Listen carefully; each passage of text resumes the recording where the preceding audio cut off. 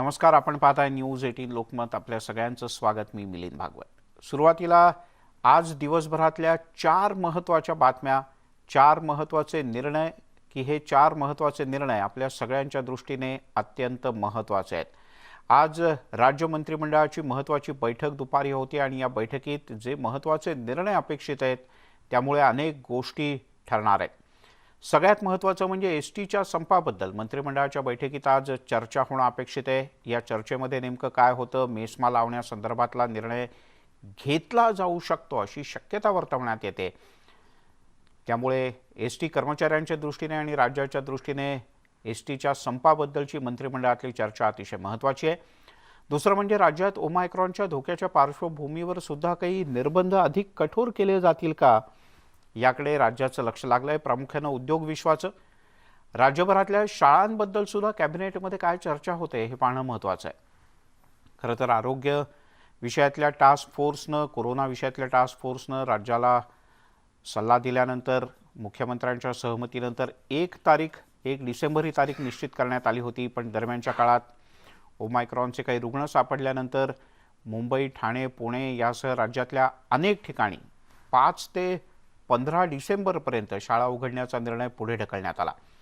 आता पुन्हा एकदा शैक्षणिक पातळीवर निरीक्षण होऊन विविध लोकांशी चर्चा करून शालेय शिक्षण मंत्री वर्षा गायकवाड यासुद्धा आज कॅबिनेटच्या बैठकीला उपस्थित असतील आणि ओमायक्रॉनच्या पार्श्वभूमीवर आढावा घेऊन शाळांबद्दलचा निर्णय होणार आहे. त्यामुळे 15 डिसेंबर नंतर तरी शाळांची घंटा वाजणार का हे पाहणं अत्यंत महत्त्वाचं असेल. आजचा दिवस महत्त्वाचा आहे कारण आजच्या कॅबिनेटमध्ये एसटीच्या कर्मचाऱ्यांना मेस्मा लावायचा की नाही याबद्दलचा निर्णय होऊ शकतो. गेल्या जवळपास महिन्याभरापासून एसटीच्या कर्मचाऱ्यांचा संप सुरू आहे. यावेळेला सरकारकडून एसटीच्या कर्मचाऱ्यांच्या वेतनात सुद्धा वाढ करण्याचा निर्णय झाला आहे. मात्र तरीही एसटीचे कर्मचारी हे विलिनीकरणाच्या मागणीवर ठाम आहेत. दरम्यान आता कामावर न परतलेल्या कर्मचाऱ्यांना मेस्मा लावला जाण्याची शक्यता आहे. कॅबिनेटच्या बैठकीमध्ये याबद्दलचा निर्णय होणं अपेक्षित आहे. त्यामुळे जर संपकरी कर्मचाऱ्यांना मेस्मा लावला तर त्याचे काय परिणाम होऊ शकतात यावर चर्चा होऊन अंतिम निर्णय होईल. एसटीच्या कर्मचाऱ्यांचं प्रामुख्यानं आजच्या राज्य मंत्रिमंडळाच्या बैठकीकडे लक्ष लागलं आहे.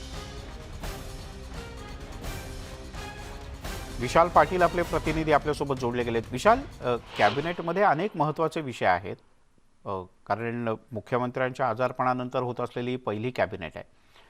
पण एसटीच्या संदर्भातला काय निर्णय होऊ शकतो, काय चर्चा आहे? मिलिंद सर, आजची मंत्रिमंडळाची बैठक ही अत्यंत महत्त्वाची आहे. खरं तर मंत्रालयात ही आज मंत्रिमंडळाची बैठक होणार आहे. आजच्या मंत्रिमंडळाच्या बैठकीमध्ये अनेक विषय जे आहेत हे चर्चेला जाऊ शकतात. खरं तर सगळ्यात महत्त्वाचा मुद्दा जो आहे तो ओमायक्रॉनच्या बाबतीत आरोग्य यंत्रणा कशा प्रकारे काम करते याचा एक आढावा जो आहे तो आरोग्य विभाग किंवा आरोग्यमंत्र्यांकडून दिला जाऊ शकतो.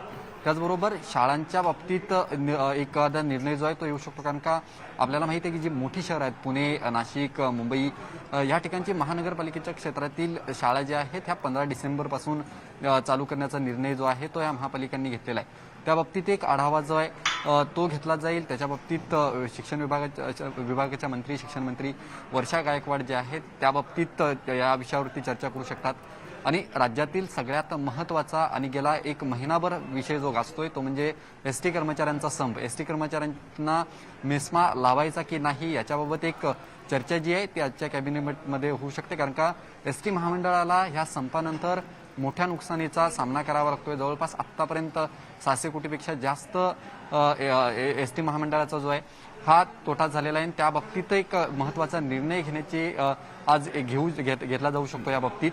आणि मेस्माच्या बाबतीत जर मेस्मा ह्या कर्मचाऱ्यांना लागू केला किंवा लावला तर काय ह्याचे परिणाम होऊ शकतील, कशा पद्धतीनं हा संप चालू राहील किंवा कशा पद्धतीनं हा संप चिघळू शकतो याची सुद्धा एक चाचपणी जी आहे ती आजच्या मंत्रिमंडळ बैठकीत घेतली जाईल.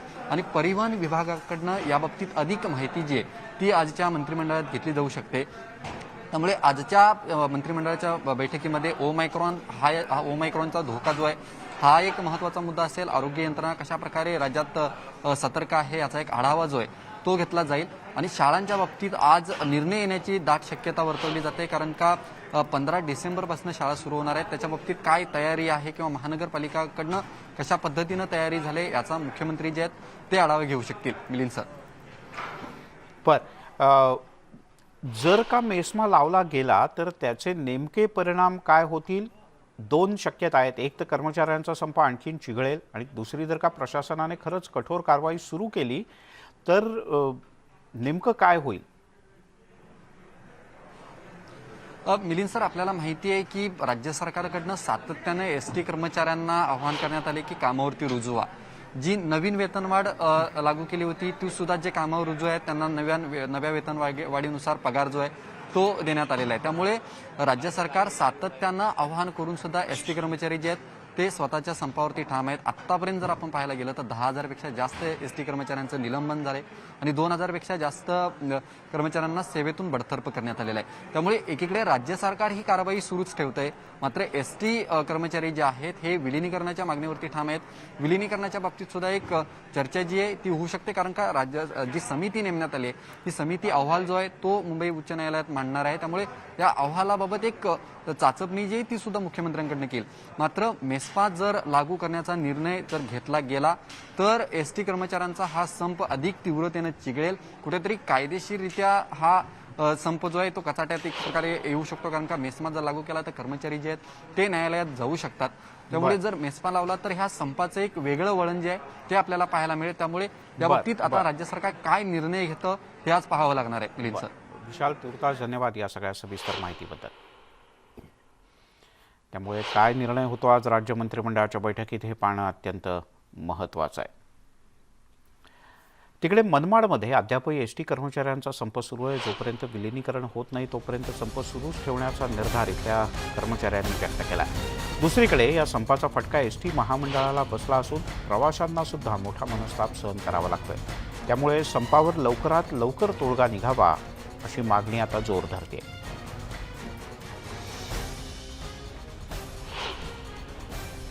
विलिनीकरणाच्या मागणीसाठी गेल्या 1 महिन्यापासून एसटी कामगारांचा संप सुरू आहे. मी आता उभा आहे मालेगावच्या मुख्य बसस्टँडवर. माझ्यासोबत काही कामगार आहेत. ते संपकरी कामगारांची काय मागणी आहे, ते विलिनीकरणावरच ठाम आहे का त्यांचं जे पगारवाढ दिलेली ते मंजूर आहे का, किंवा मेस्मा लावण्याच्या तयारीत सरकार आहे, याबाबत या कामगारांचं काय म्हणणं आहे? काय सर, पहिले तुमचं IBN लोकमतच्या हार्दिक शुभेच्छा पहिले. आणि आमचे 48 कर्मचारी जे वारले त्यांना पहिलं आदरांजली भावपूर्ण श्रद्धांजली वाहतो. त्याच्यानंतर मी बोलू शकतो. आम्हाला मेस्मा लावा काही असो, आम्ही विलिनीकरणावर ठाम आहे. आमचे ना कुठल्याही महाराष्ट्रात कुठली गाडी निघालेली नाही आहे.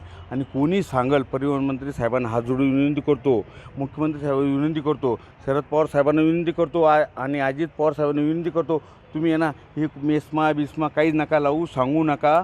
मेस्मा कसा लावता येतो हे त्यांना माहीत नाही. अनिल परब साहेब ना वकील आहे ना, ॲडव्होकेट वकील, त्यांना म्हणा मेस्मा कशावर लावता. ज्यावेळेस शासनात विलीनीकरण झाल्यावर मेस्मा लावता येतो. हां, हे तर बरोबर आहे ना, हे तुम्ही मान्य करणार. आणि प्लस आमची एकच मागणी, शासनात विलीनीकरण झाल्याशिवाय आम्ही संपावर ठाम आहे. याच्यानंतर आहे ना जे महाराष्ट्र. तुम्हाला काय वाटतं, म्हणजे तुमचं काय म्हणतं? मला इतकंच म्हणायचं आहे माननीय अनिल परब साहेब आणि उद्धव ठाकरे साहेबांना, की आमचे जे पाल्य आहे ते भविष्यात शिवसैनिक बनून राहावे, एवढ्यासाठी का होईना आमचं शासनात विलिनीकरण झालंच पाहिजे. तुम्ही मेस्मा लावा, लागल्यास आम्हाला पाशी द्या, ते चालेल, पण आमच्या पाल्यांवर आमच्या कुटुंबावर तरी तुम्ही दया केली पाहिजे. इतका अंत कर्मचाऱ्याचा शासनाने, शिवसेनेने आणि इतर जे मित्रपक्ष आहेत त्यांनी बघायला नको, अशी मी शासनाला विनंती करतो. तुम्ही याच्यावर ठाम आहे का विलिनीकरण? आम्ही सर्व कर्मचारी विलिनीकरणावर ठाम आहेत. आणि जोपर्यंत विलिनीकरण होत नाही तोपर्यंत आम्ही अशाच दुखवट्यात राहणार, अशी मी आमच्या सर्व कर्मचाऱ्यांतर्फे घोषणा करतो. एकूणच विलिनीकरण हीच मुख्य मागणी आहे. जोपर्यंत विलिनीकरण होत नाही तोपर्यंत संप मागे घेणार नाही. तुम्ही मेस्मा लावा, काही लावा, मात्र आम्ही संप मागे घेणार नाही, असाच निर्धार या कामगारांनी केला. बब्बू शेख, न्यूज 18 लोकमत, मालेगाव. कर्मचारी अत्यंत आग्रही आहेत आणि ठाम आहेत. वळूयात अन्य काही महत्त्वाच्या बातम्यांकडे. राज्यामध्ये कोरोनाच्या नव्या व्हेरियंटमुळे धोका वाढलाय. अशातच नागपूरमध्ये कोरोनाच्या 19 रुग्णांची नोंद झाली. त्यामुळे प्रशासनाची डोकेदुखी वाढली. शिवाजीनगर भागामध्ये कोरोनानं शिरकाव केला असून या ठिकाणी एकाच कुटुंबातल्या 9 जणांचे रिपोर्ट हे कोरोना पॉझिटिव्ह आले. या सगळ्यांवर सध्या उपचार सुरू आहेत. दरम्यान कोरोनाची लागण झालेल्या एकूण 19 रुग्णांमधला एक जण हा दक्षिण आफ्रिकेतून आला आहे अशी माहिती मिळते. त्याचे नमुने जीनोम सिक्वेन्सिंगसाठी प्रयोगशाळेत पाठवण्यात आले. तर 31 जुलैनंतर पहिल्यांदाच नागपूरमध्ये कोरोनाच्या 19 रुग्णांची थेट नोंद झाली आहे. त्यामुळे आरोग्य यंत्रणा सतर्क आहे. तुषार कोहळे आपले प्रतिनिधी नागपूरहून आपल्यासोबत जोडले गेलेत. तुषार, खरं तर नागपूरमध्ये कोरोना हा जवळपास पूर्ण नियंत्रणात आला होता अशी स्थिती होती. आता अचानक 19 रुग्ण एकाच दिवसात आणि त्यातही एकाच कुटुंबातले 9 जण. मिलिंद सर, जर का आपण मागच्या 4 महिन्यातले जर का आकडे बघितले ना, तर 31 जुलैनंतर पहिल्यांदा नागपूरमध्ये एका दिवसात 19 रुग्णांची नोंद झालेली आहे. यावरनं कल्पना येते की मागच्या 4 महिन्यामध्ये कशाप्रकारे नागपूरचा कोरोना हा पूर्णपणे नियंत्रणामध्ये होता. मात्र कालचे जे आकडे आहेत ते निश्चित अत्यंत धक्कादायक आहे आणि चिंता वाढवणारे देखील आहे. काल आपण बघितलं की काल एक आफ्रिकेमधनं आलेला एक रुग्ण पॉझिटिव्ह आढळला.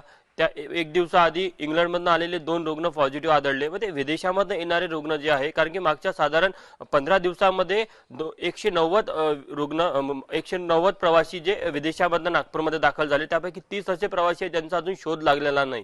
त्याचा शोध लावण्याचा प्रयत्न प्रशासनाकडनं केला जात आहे.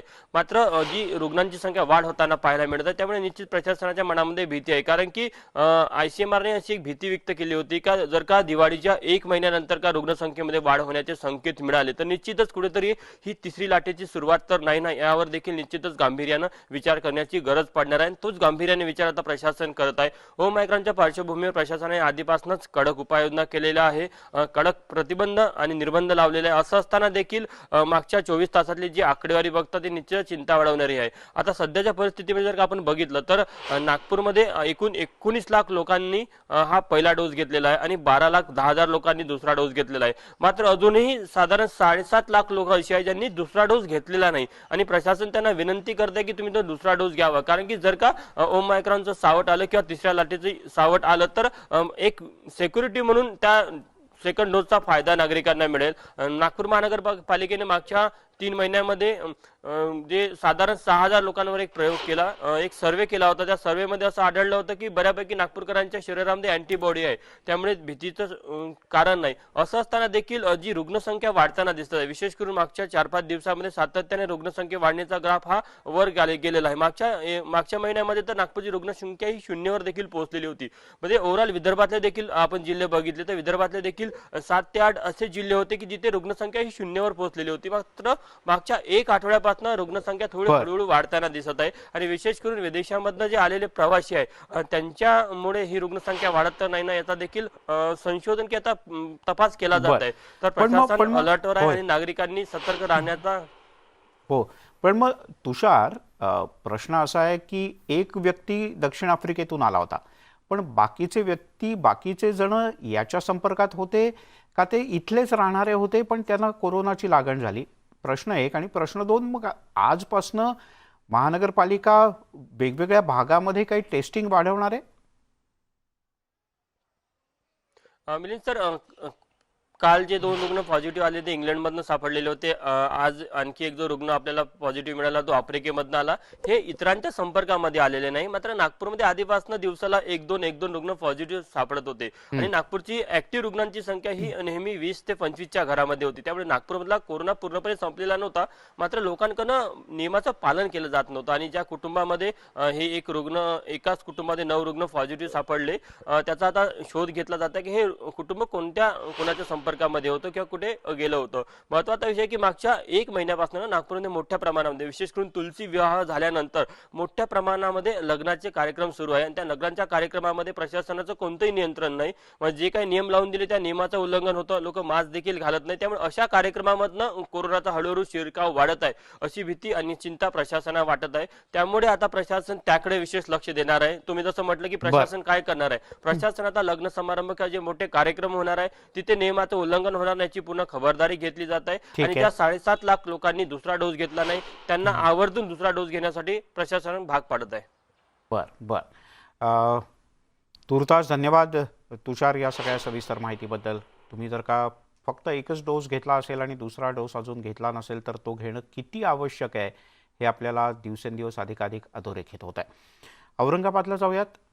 मराठवाड्यातला औरंगाबाद इथे एका लग्न समारंभातून तब्बल 36 लाखांच्या दागिन्यांची चोरी झाली आहे. औरंगाबादमधल्या प्रसिद्ध सूर्या लॉन्स इथे एक लग्न सोहळा होता आणि या लग्न सोहळ्यात ही घटना घडली. याचं CCTV फुटेजसुद्धा आता समोर आलं आहे. लग्न सोहळा सुरू असताना एका अल्पवयीन मुलानं हॉलमध्ये प्रवेश केला. तसंच वऱ्हाडी मंडळींची गडबड सुरू असताना त्याने रोख रकमेसह बॅग उचलली आणि हा मुलगा पसार झाला. हॉलच्या बाहेर एका कारमधून तो निघून गेला. दरम्यान या चोरीच्या घटनांमध्ये आणि अशा चोरीच्या घटनांमध्ये लहान मुलांचा सर्रास वापर होत असल्याचंही आता उघड झालंय. सध्या पोलीस या चोरट्याचा शोध घेत आहेत.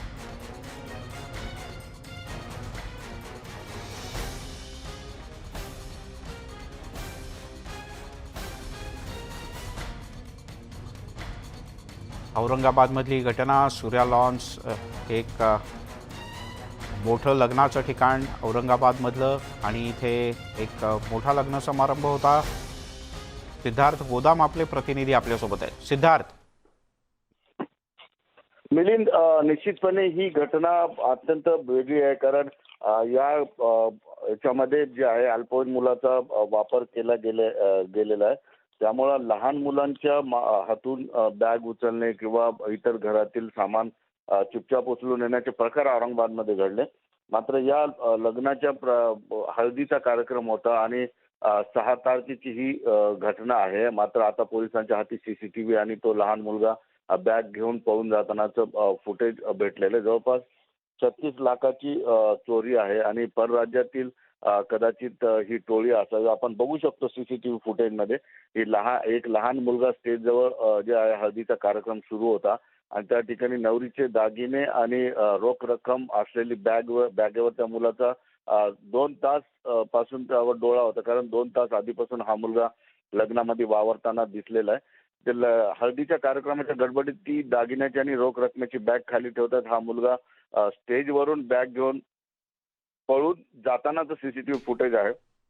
तो हॉलच्या बाहेर पडला आणि एका कारमध्ये बसताना सुद्धा CCTV मध्ये हे सगळं चित्रित झालेलं आहे. हा लहान मुलगा बसल्यानंतर दुसरा एक सज्ञान व्यक्ती या गाडीमध्ये बसतो आणि जवळपास 2 ते 3 लोक या गाडीमध्ये आधीच होते. तो मुलगा पळत आला 36 लाखाची बॅग घेऊन आणि तो गाडीत बसला आणि ती गाडी निघून गेली. ऍक्च्युली ही घटना घडल्यानंतर जवळपास 2.5 ते 3 तासानंतर नातेवाईकांना कळालं की दागिन्याची बॅग गायब आहे.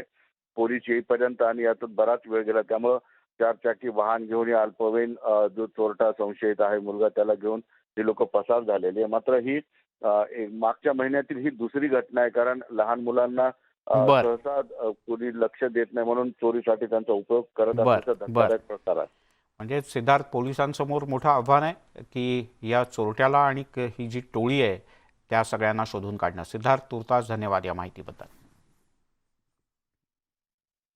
यासोबतच नमस्ते महाराष्ट्रामध्ये घेऊयात एक छोटासा ब्रेक. पण एक महत्त्वाची आठवण, ती म्हणजे दिवसभरातल्या सर्व महत्त्वाच्या बातम्या पाहण्यासाठी तसंच अनेक महत्त्वाच्या बातम्यांचे व्हिडिओज, कोण काय म्हणालं, कोणी काय आरोप केले, आज दिवसभरात काय घडतंय हे सगळं पाहण्यासाठी आमच्या न्यूज 18 लोकमत या यूट्यूब चॅनलला सबस्क्राईब करा. म्हणजे तुम्हाला आमचे सर्व व्हिडिओज पाहता येतील. यावरचा बेल आयकॉन दाबा म्हणजे सर्व अपडेट्स तुम्हाला लगेचच मिळतील.